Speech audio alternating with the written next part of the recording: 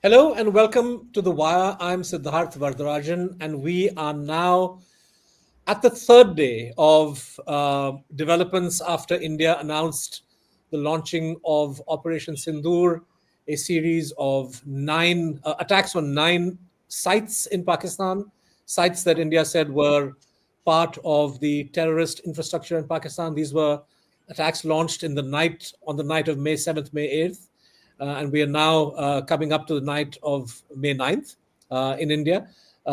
Where do India and Pakistan stand? It's clear that we are, at some sense, at a bend in the road, a fork in the road, a crossroads, if you will, where things could either escalate further or there may be signs of the conflict or impending conflict drawing down.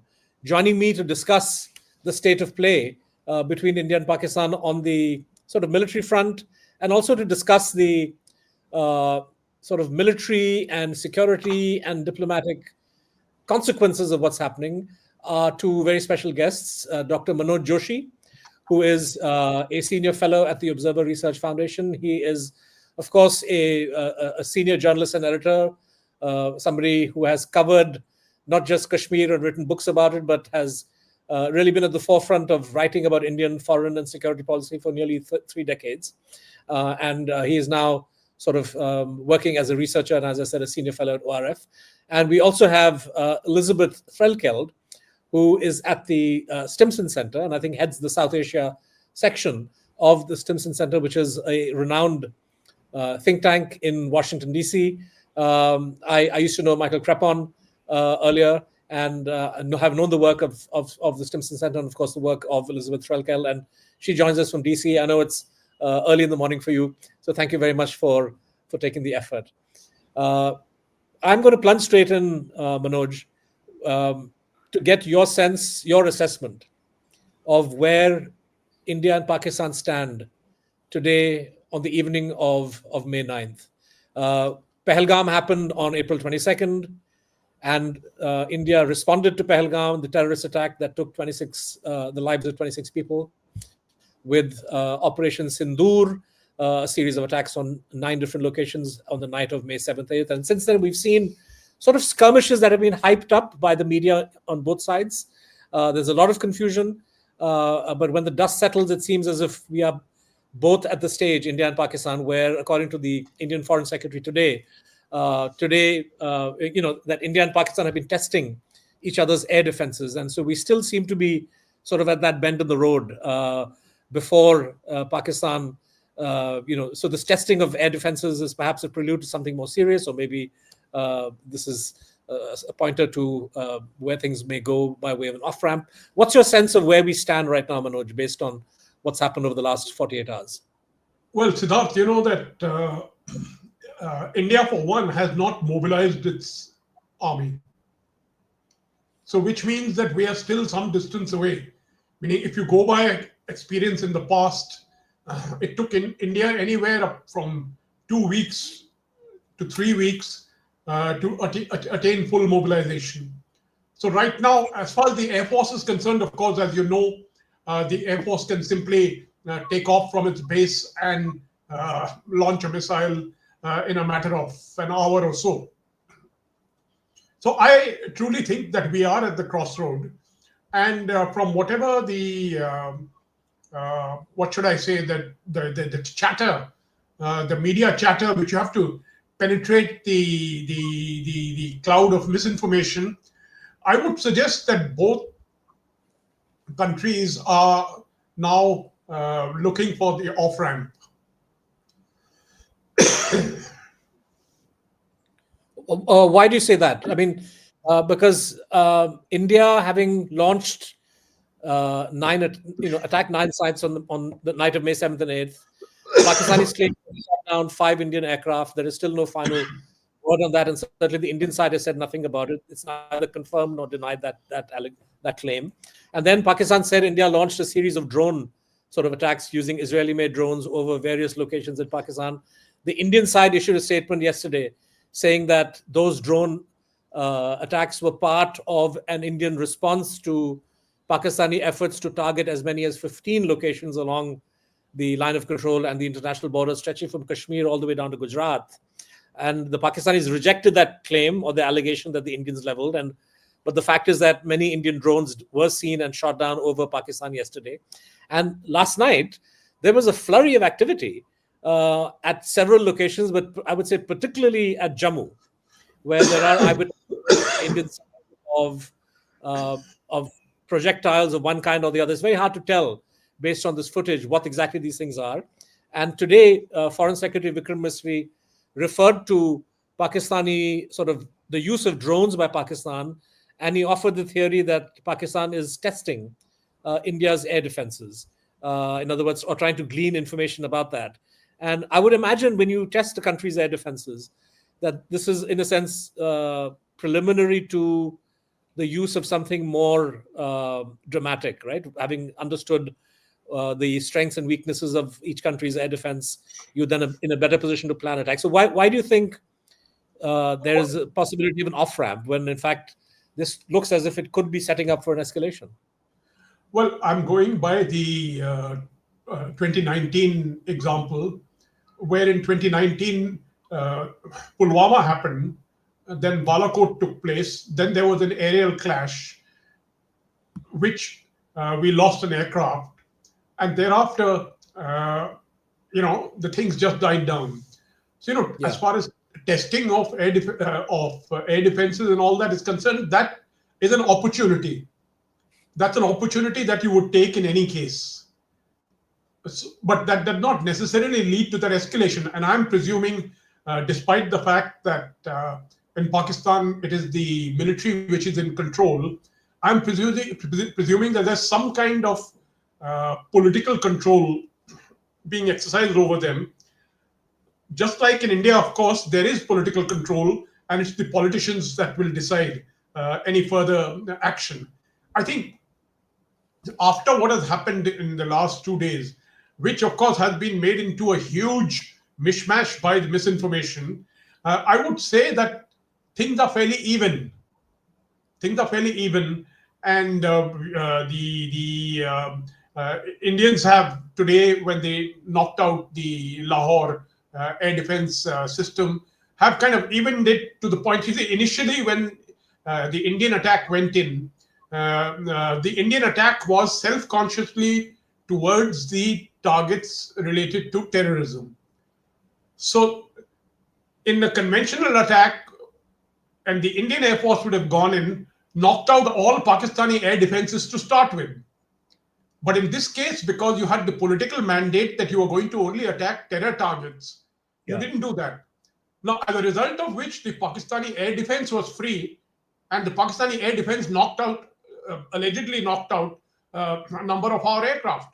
So the next day, the Indians have gone in and taken on those air defense sites and struck military targets. So what they should have done first, now they are doing second, meaning they should have knocked out those air defense things before attacking the terror targets. But because of political reasons, they had to attack the terror targets, and so they had to do the air defense as a second priority, whereas it should have been a first priority.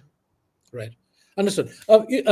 Elizabeth, I want to bring you in at this point, moving away directly from sort of the military situation on the ground,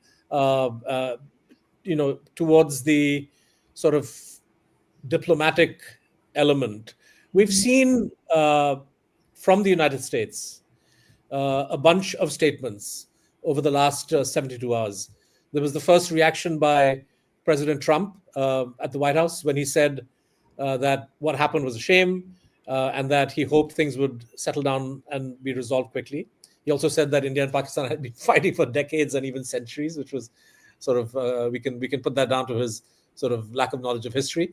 But then you had Mark Rubio, first set of phone calls made to External Affairs Minister Jaishankar and to Prime Minister Shehbaz Sharif, and then last night against the backdrop of Operation Sindoor, the first round of attacks India launched, and sort of the claims and counterclaims that both India and Pakistan made, he seems to have had a fairly terse conversation with both Mr. Jaishankar and Mr. Shehbaz Sharif. And going by the State Department readout appears to have suggested in identical language that there should be an immediate de-escalation.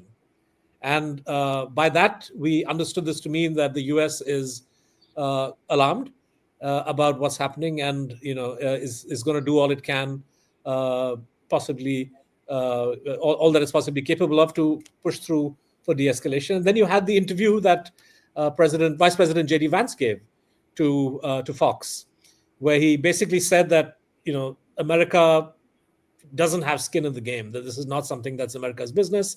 He questioned America's ability to actually intervene and get India or Pakistan to step back.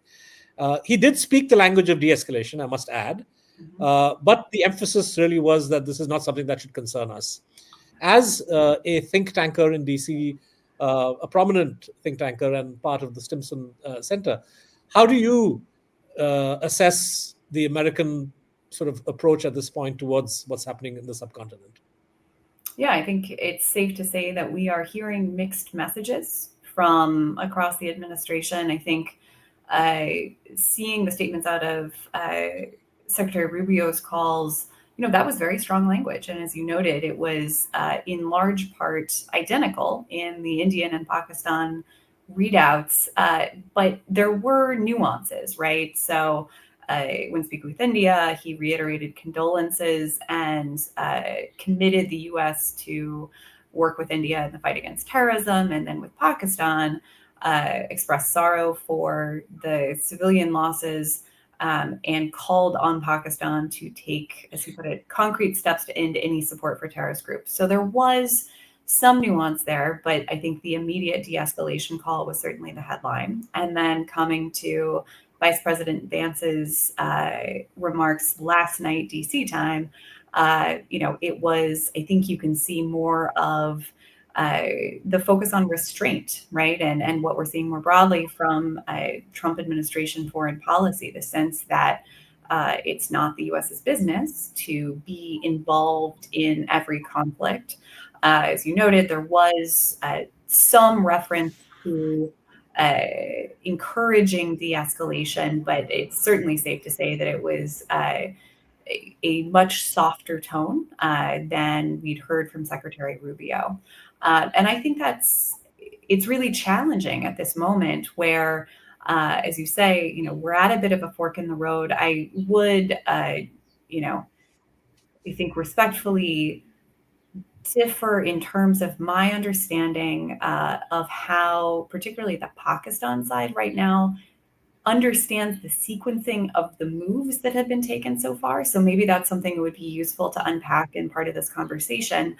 But both sides are looking to the US to gauge its reaction, to gauge how it might approach what it is traditionally played, the role it's traditionally played as a crisis manager, though that's one that's changed over time. And I think the last thing here is just, the 2019 crisis is the last one we have to go on. That itself was a pretty fundamental shift in terms of at least what was interpreted on the Indian side as the green light from John Bolton. And so I think there are real questions here of how the Trump administration is planning to approach this, especially should things, God forbid, escalate further. You mentioned 2019, and me and my colleagues couldn't help compare U.S. messaging after Pulwama, and there was that message from Bolton, which was sort of almost encouraging the Indians to do what they felt was necessary. And this time around, President Trump, the initial response of Vice President Vance, and of course Secretary Mark Rubio, it was quite different. It did seem, however, as if, going by the readout that India's Defense Minister Rajnath Singh put out of his conversation with Pete Hegseth, that the Defense Secretary was taking a slightly different view. I believe the language that Rajnath Singh used was that the US side fully supports what India is going to do, or something, words to that effect. The Pentagon readout was a little bit different, but the fact is that the kind of ringing endorsement for military action that was there in 2019 wasn't there, and yet I think India was fairly confident in launching Operation Sindoor that given the lay of the land in Washington, D.C. this time, there wasn't going to be any significant opposition or objection. And I want to relate this to a piece I read in The Atlantic yesterday. I forget the name of the author, but he spoke about how it's sort of amateur hour in DC. And he basically said that Mark Rubio was the only one who had any sort of real experience. And he's wearing two hats now. And but the author of that piece didn't think much of Hegseth or the DNI chief Tulsi Gabbard's sort of capacity to be involved in this. There is no standalone NSA. So do you feel that there is a kind of a vacuum in DC, and that there aren't any adults minding the store right now when you have this kind of a crisis? Is that a perception that figures in the Beltway? I mean, I feel like anytime you have a presidential transition, we've just passed the first 100 days of the Trump administration coming into office. And even just looking at the roles that have yet to be confirmed, right? It takes us a while to get high-level nominees through the confirmation process. The U.S. doesn't have an ambassador in New Delhi or in Islamabad right now. I think there's always a lot of focus on Washington in this context, but equally important is leadership on the ground, given that the embassies are out in front and have many of these relationships. Looking back at Washington, we just had a shakeup at the National Security Council, as you noted, with the shifting of Mike Waltz to the UN, and Rubio wearing two hats. But confirmations to the State Department as well have still only just begun in some ways. And so this is the kind of crisis that, while you hope it never happens, if it's going to happen, you would want it to happen at a time where there is a full team in place and that team has some practice working together, coordinating across the interagency. There are always these sorts of disputes, and different agencies see things differently based on their equities.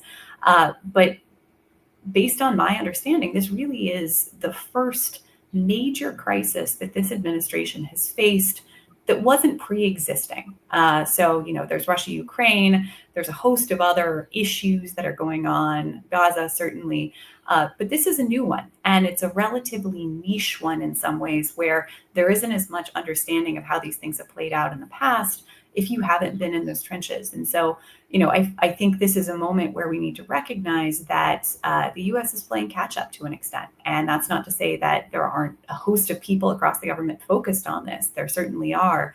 But it comes at a very difficult time post-transition. I want to come back to you a little bit later on a different aspect of this, which is that this is not just a clash or a confrontation between India and Pakistan, but it also is a moment of when you have a standoff between Chinese weapons and Russian/French weapons on the Indian side. And this has evinced a lot of interest globally in terms of assessing the role of Chinese fighter aircraft, Chinese missiles, Chinese radar systems, vis-a-vis the performance of the Sukhoi or the Rafale. So I'll come back to that a little bit later. But Manoj, picking up from what Elizabeth Threlkeld has been saying, do you get a sense that if indeed there is an off-ramp being contemplated by Delhi and also Pakistan, although as I said, I'm kind of on the fence on this as to whether this is indeed what the Pakistani military and Shehbaz Sharif on the one side and Prime Minister Modi have on the other. But let's assume that both sides are looking for an off-ramp. Is the sort of vacuum in Washington going to be a problem, or do you think India and Pakistan will manage this by themselves? I think at this stage, Washington would be very helpful. Meaning, Washington, even in the recent years, it's not that Washington has been involved in terms of mediating or, shuttle diplomacy. It's not that. It's the nudge here and a hint there, which does the job. Because both sides know the clout of the United States. So I definitely think that if someone like Rubio gets an okay from the president. In this, the president is all important. Given Trump's personality, he says something on one day, Rubio has to follow it up. The question is it drawing Trump's attention? And I have my doubts.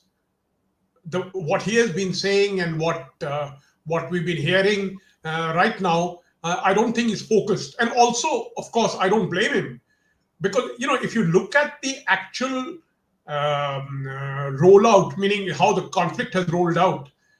Now, Siddharth, yesterday, despite all the alarms, India reported no civilian casualties. They said the only casualties were on the LOC. There were no civilian casualties with all that the Pakistanis were throwing at us. And of course, they have claimed that there have been certain Pakistani casualties. But as of now, the conflict is a little bit of a shadow theater. And of course, and that's the point that was made about, both countries trying to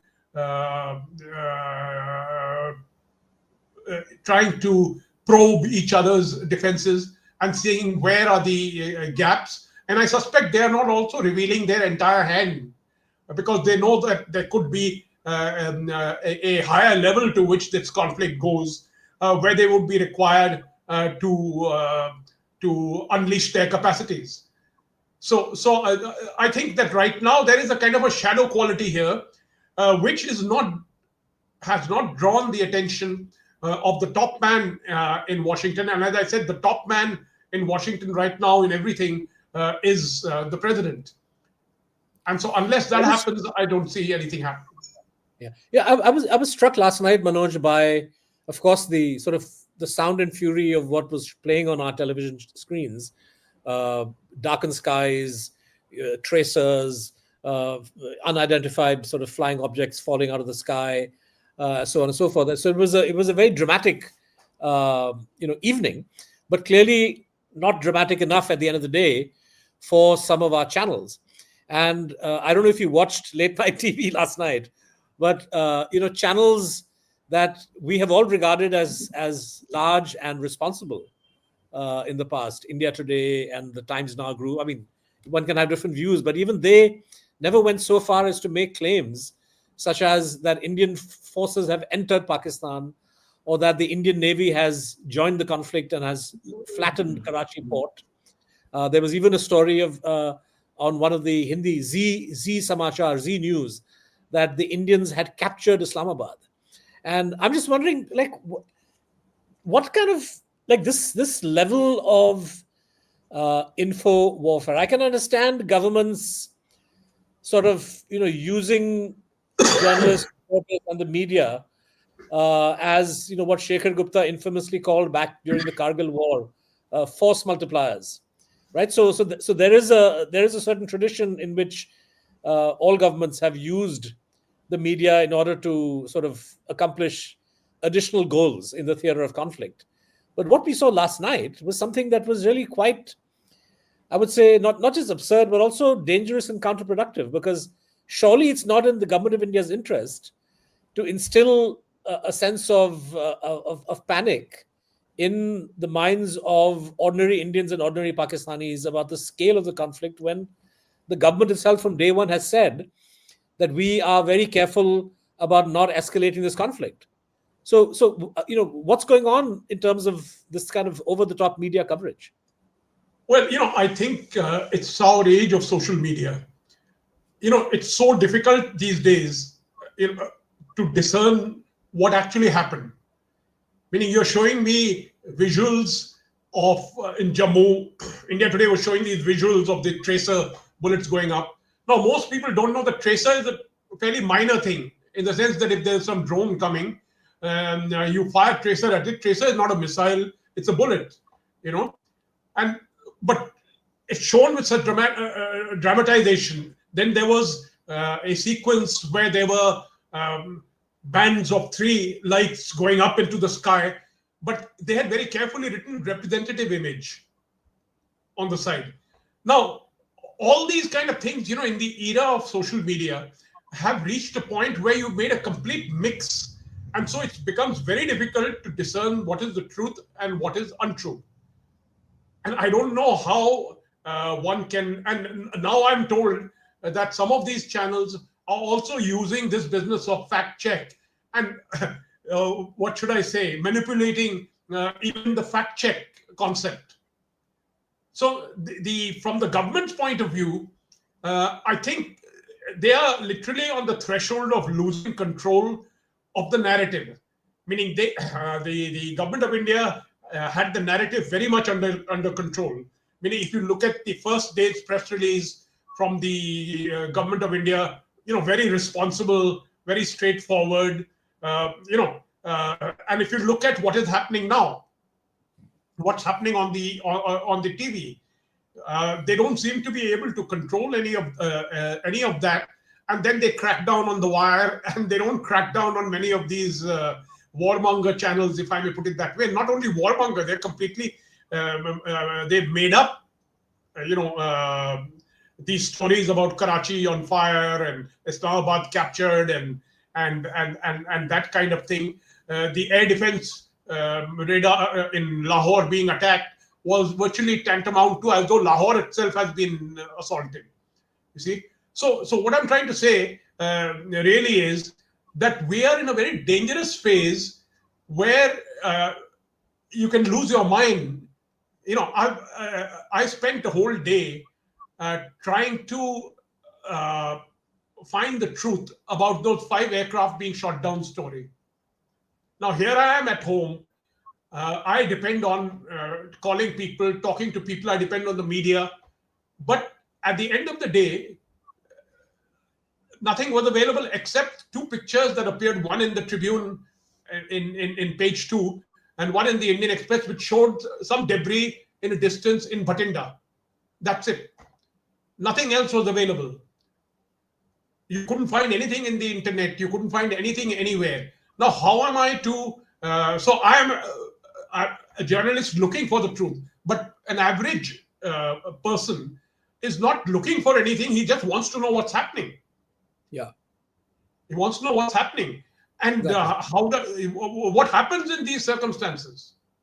Yeah, exactly.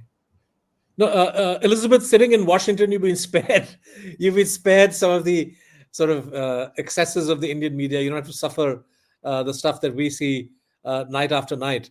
But the question of whether Pakistan shot down Indian fighter jets, as the Pakistanis have claimed, is one that has, of course, excited a lot of interest in India.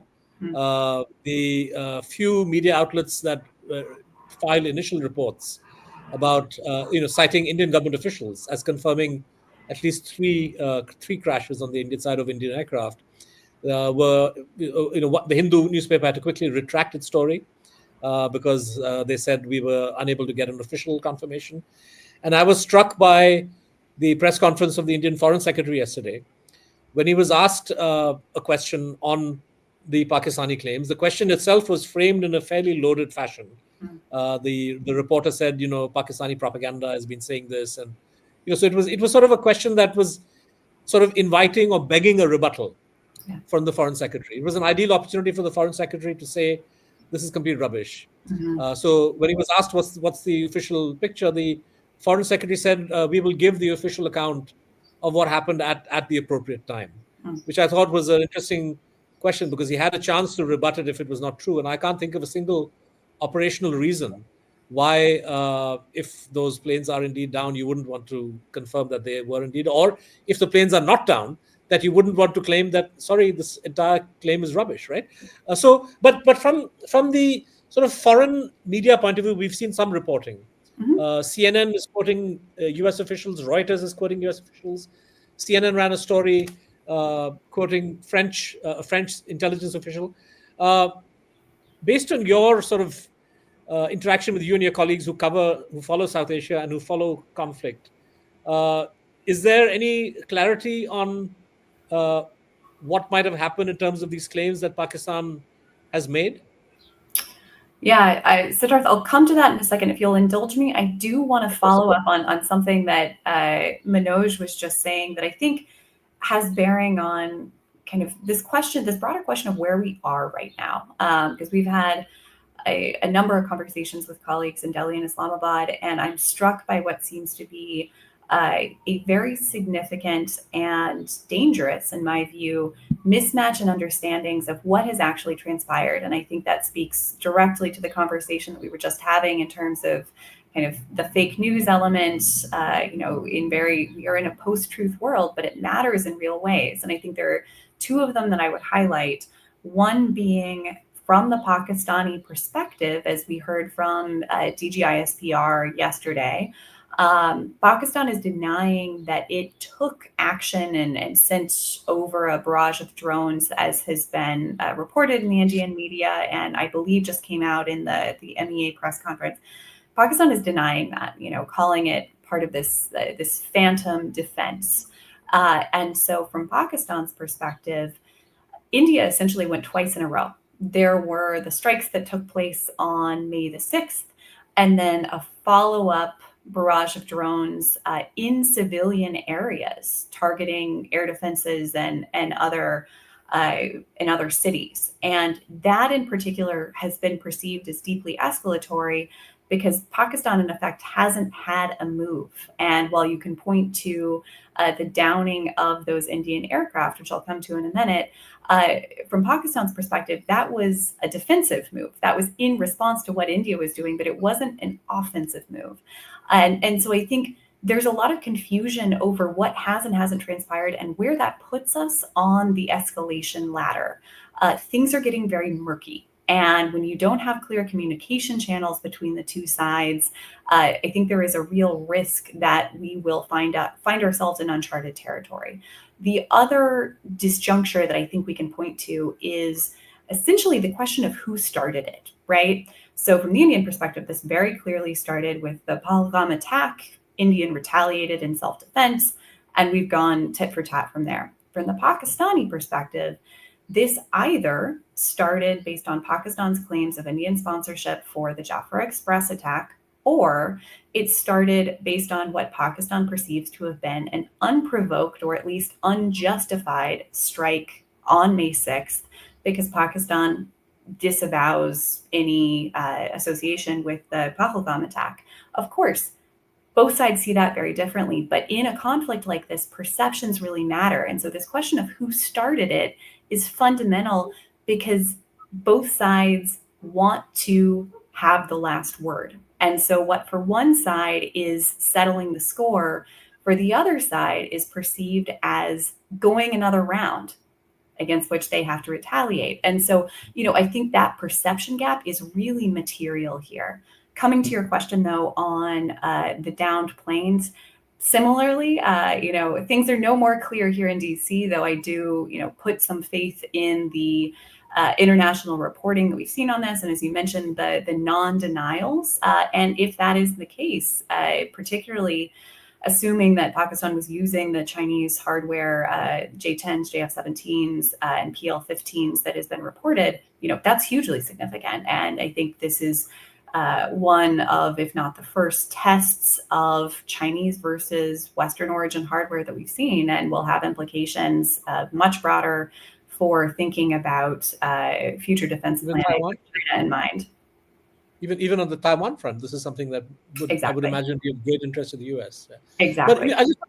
But if I could just come back to the point that you were making on the sort of differing perceptions, it was interesting that at his press conference yesterday, the Indian Foreign Secretary, Vikram Misri, actually began by saying that he wanted to clear up a number of sort of bits of disinformation that Pakistan was spreading. And the first point that he chose to address was the question of escalation. And he says that basically we didn't start this, right? And he said this whole current round of tension began with Pahalgam.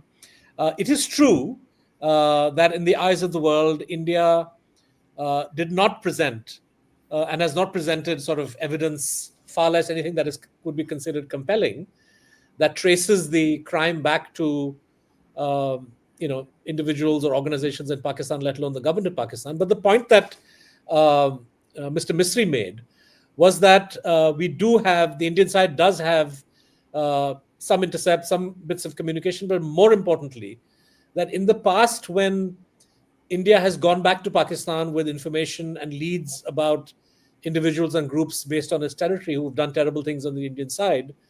Pakistan has not only not helped to prosecute or punish these guys, but has actually used that information to help these bad guys get away, right? So Misri made a case that, look, Pakistan is a recidivist state as far as support for terror goes. We've tried the route of cooperation in the past. We have pending cases where information and sort of huge fat dossiers of information were shared with Pakistan, but action was never forthcoming. So in a way, India really had very few options. And, frankly, sitting in Delhi, it's hard to see from a diplomatic point of view. I mean, I've been one of those who have always believed that India needs to engage Pakistan and that you have to talk, and that, cutting off ties or not having any contact doesn't really bring a solution forward.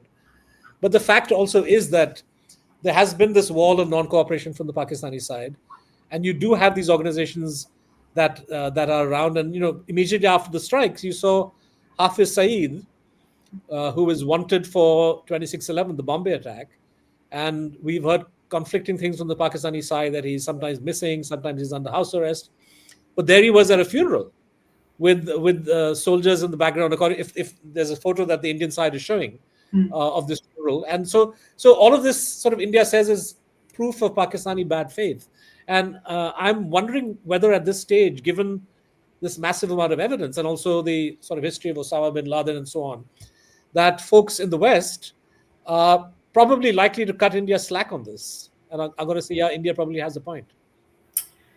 There is obviously a long history here. And I think, to my mind, Pakistan did itself no favors with the messaging that was coming out about this being a false flag attack. I mean, that is, it's not going to convince anyone here in Washington, and I think was an unfortunate response. I think, though, what I would say is certainly there is enormous sympathy with India, and we've seen this history. And to your point, in 2008 and in 2016, India did try to cooperate on an investigation, and it went nowhere. And so those lessons were learned and have been incorporated in the system. I think the only caution that I would give, and this is not a recommendation necessarily because it's a very difficult challenge, but I think there is a risk here of setting a precedent. And given Pakistan's own threat perceptions vis-a-vis what it perceives as Indian activities or support for militancy in Balochistan and an assassination campaign, there's a risk that Pakistan could invoke this example and say it's justified in retaliating against India in the event of a future attack without going through any sort of process or bringing in the international community. And so, this is a very difficult situation. There's a great deal of sympathy with India, and everyone knows this history. But I think there's particularly a risk, given that both sides have perceptions that one another are involved in these activities. I mean, I suppose the difference between the two would be that Pakistan would be hard-pressed in the event of, say, another Jafar Express attack to find locations in India to attack that are connected to the BLA in any way, right? So there is that difference. And there's one other sort of difference in perception that I want to take to Manoj. Manoj, you've heard Elizabeth Threlkeld speak about this disconnect between what India is alleging and what Pakistan denies, right? The whole range of sort of strikes that India says it intercepted against 15 locations. There was another point that Vikram Misri raised yesterday, that Pakistan has claimed that India targeted a sort of a dam, and India unsuccessfully targeted a dam. And Misri was categorical that India did not do any such thing. There was no targeting of any military or civilian infrastructure.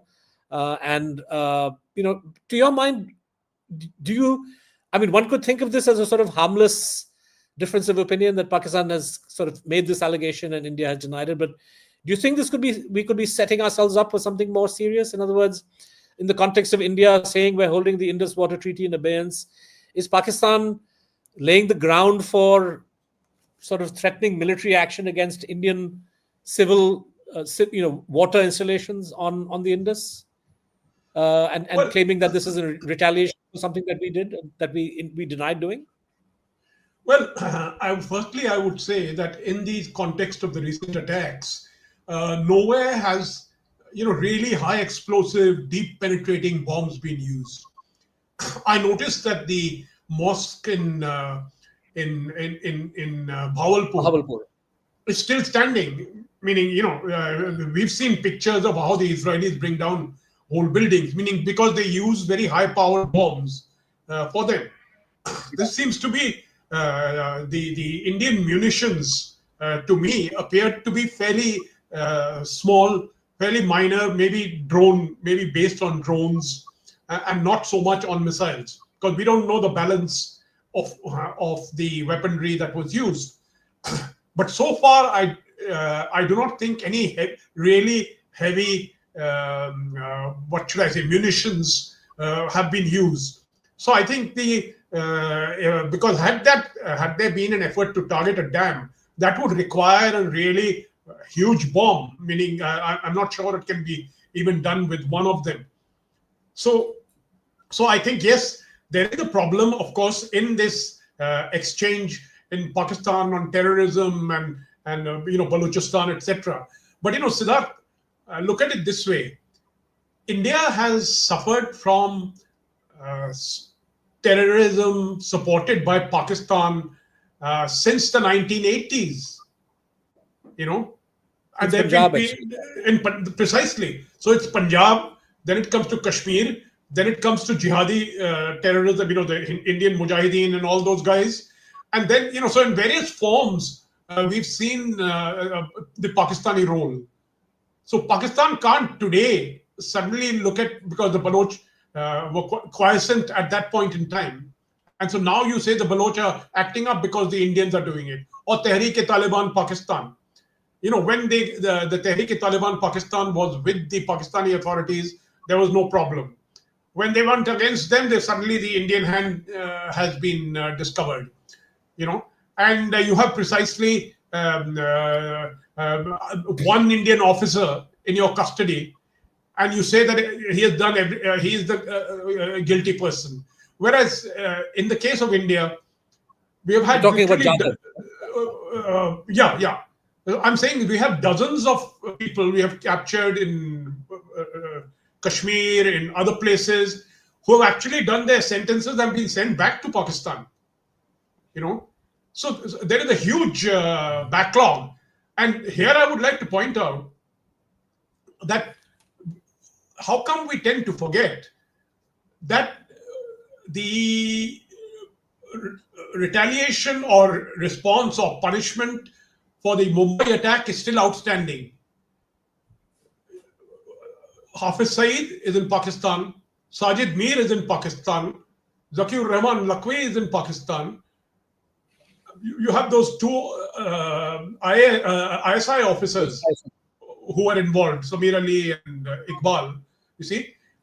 So what I'm trying to say is Pakistan is serious. They should extradite them to India, because all they have punished them for is terror financing, not terrorism. And that also in the case of Sajid Mir, as it is well known, Sajid Mir was the main planner of the Mumbai attack. And Headley has given a huge amount of information to the US authorities and as well as to India on the connections between the Pakistani establishment and the jihadis. So what I'm trying to get at is that, this effort at trying to somehow equivalence, to find some kind of equivalence, that Indians are also doing this and we are also doing, they don't say we are doing it, but we all know that they are doing it. But they're trying to somehow create an equivalence out there. You see? And this, I think, this goes into a kind of denial. So you are into a denial, and if the whole elite is in denial, and then the whole country gets into denial, then we are in a very, very difficult place. Well, how do we build down? Meaning, you and I are both people who think that we should build down somehow build down the conflict and try to pick up the threads from 2007, 2008, when we were trying to do the 4-point formula and all that. But what you see today doesn't give you much room to be optimistic. Well, in fact, that formula seems like aeons ago, because I don't think at the political level in the establishments of either Pakistan or India are there any takers for that kind of engagement. I want, before I come back to Elizabeth for her assessment of U.S.-Pakistan relations, because there's a lot of curiosity in India about where that relationship might go under Trump. Manoj, are you concerned with the impact that Operation Sindoor and its aftermath will have in terms of the internal dynamics in J&K? You wrote a piece questioning the government's sort of approach towards the people of Jammu and Kashmir and treating sort of ordinary people as effectively overground workers of terrorists. Are you concerned that in the aftermath of this military skirmish or confrontation, which the government of India is bound to say we came up on tops, that this will lead to a dynamic within J&K that could also be destabilizing? Yes, certainly, because one thing it will certainly do is to get Pakistan, whatever restraint they may have shown during the ceasefire, because ceasefire makes it difficult for people to cross. The Pakistanis will step up activity in Kashmir. I'm almost certain of that. But at the same time, I'm quite confident that the kind of mood that we've seen in Kashmir, the mood that was reflected in the Lok Sabha and the assembly elections last year, and the mood that is reflected after the Pahalgam killings, that there is an impact in amongst the ordinary folk, and you have to address that impact. And you certainly can't go around blowing up houses of assorted militants who had no connection with Pahalgam. You see, but no connection, and then you are arresting a whole lot of people. Family members certainly have either, yeah. Yes, and you had they had no connection with Pahalgam, number one, and the OGW. See, what I'm saying is, I'm a firm believer that if you are dealing with separatism, terrorism, militancy within your own country, the best path to go is through upholding democratic processes, upholding due process, and upholding the law. It's a less what should I say? It's not a very sexy process. Meaning you don't go around with guns and bash people. But the point is, you look at the Israelis. They made a mess of their situation. Meaning the Israelis are held up as great counter-terror experts. But look at their predicament. I mean, they're almost onto a genocidal path in Gaza. So do we have to wipe out the entire Kashmir Valley to save it? That is the old phrase about Vietnam. So what I'm trying to get at is that there has to be some common sense that if it's your own people, you have to act in a certain way. You have to uphold due process. You have to uphold the law. It's a more difficult process, but it is a process that's worth doing, because almost everyone will tell you that winning hearts and minds is the only way to finish off an insurgency. Yeah, right. Elizabeth, I want to come back to you for our final segment, really, on US-Pakistan relations. There was a lazy assumption or an easy assumption that many on the Indian side made in the run-up to the last US election and the victory of President Trump, that given Trump's own sort of history, the Muslim ban and, his general sort of flirting with all kinds of Islamophobic elements and so on, and also the fact that with the US not involved in Afghanistan anymore, for these two reasons, the, value of Pakistan in the eyes of the American establishment has greatly diminished, and that this will give India greater degrees of freedom to operate.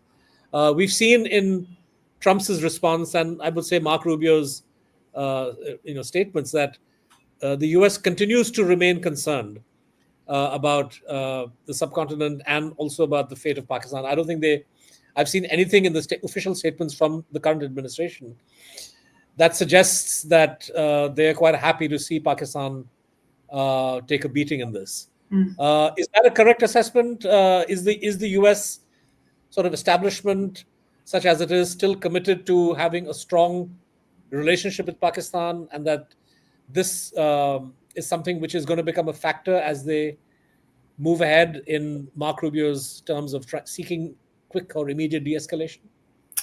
Yeah, it's a great question, and one that we've been giving a lot of thought to as well, Siddharth.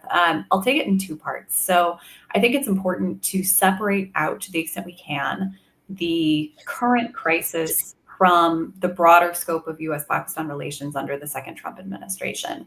They will intersect once this crisis wraps up, but the two indications that we have so far, right?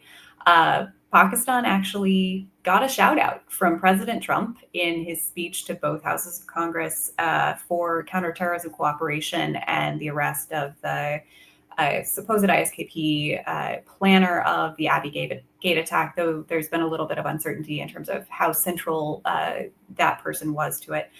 And then second, we've seen generally more engagement. The State Department Senior Bureau official for South and Central Asia went to Pakistan to participate in its conference on rare earths and critical minerals, for example. And so, there was a sense, there were indications we were getting that things were actually moving in a more positive direction after what had largely been the Biden administration's approach of very kind of low level engagement with Pakistan. And so I think that had injected a little bit of optimism in the relationship. But in the context of this crisis, I wouldn't overread the US's focus on the crisis or interest as necessarily being in support of Pakistan. I think it's all about the nuclear element here and concern of the potential for escalation. And that's always been, at least since 1998 and well before, actually, that's always been a concern. And it's a fundamental interest of the United States to try to prevent that from happening. How we get out of this crisis, I think, will matter quite a bit in terms of where things go in the US-Pakistan relationship going forward. But already we can predict that India is going to be pursuing pressure on Pakistan in international fora, for example, the Financial Action Task Force, FATF. It has its concluding monitoring meeting, I think June 11th or 12th, after the 2-year period following Pakistan's removal from the gray list. So I think we can imagine some action in FATF to bring pressure on Pakistan. The IMF has been mentioned, right? Potential sanctions for the resistance front in the UN 1267 Sanctions Committee. And so the US is going to be involved in all of those actions. And I think this will be a point where we can see how the US is likely to respond going forward. Because I think bigger picture, the India relationship is still a hugely significant one. Obviously, a lot of focus has been on the trade side recently, but this is not to suggest that I think Washington is in any way moving away from the centrality of that partnership. We've seen leader level engagement. Let's not forget that Vice President Vance was in India when the Pahalgam attack transpired. And so, I would see this crisis as likely to really pop the balloon of whatever enthusiasm or perhaps heightened expectations had been built in the US-Pakistan relationship so far. I think it's going to be rough sailing ahead. All right. I think we'll have to leave it there. Elizabeth Threlkeld, Manoj Joshi, we began this discussion by pointing out that we were at a crossroads and whether there's going to be escalation or de-escalation. Manoj feels that there is some indication that both sides are looking for an off-ramp. Elizabeth, you have pointed to very real dangers of escalation, particularly in the context of differing perceptions of what's happened so far. And so there is, much uncertainty about what will prevail in the next 24, 48 hours and beyond. Thank you very much for joining us. And I do hope that we will have another opportunity, maybe not with escalating tensions, but once things de-escalate, for us to get you back together in our studio. Thank you so much for joining. Bye-bye. Thank you. Thank you.